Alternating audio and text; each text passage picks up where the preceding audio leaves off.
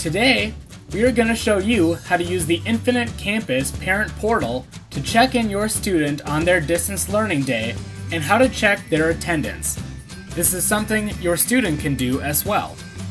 Start by logging into your parent portal. Once logged in, click Today from the left-hand menu. Under Check-ins, click on Attendance.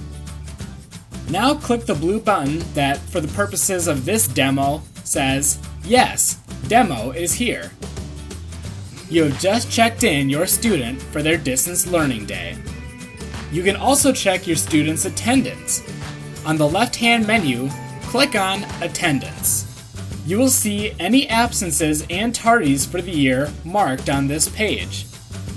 If you have more than one student, you can click on the student name in the upper right corner to switch to another student and see their attendance status too.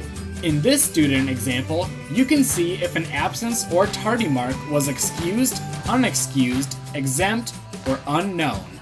If your student has been marked absent or tardy, contact your school's attendance office. If your student was sick, please describe their symptoms. Now you know how to check in your student for their distance learning days and check their attendance status by using the Infinite Campus Parent Portal.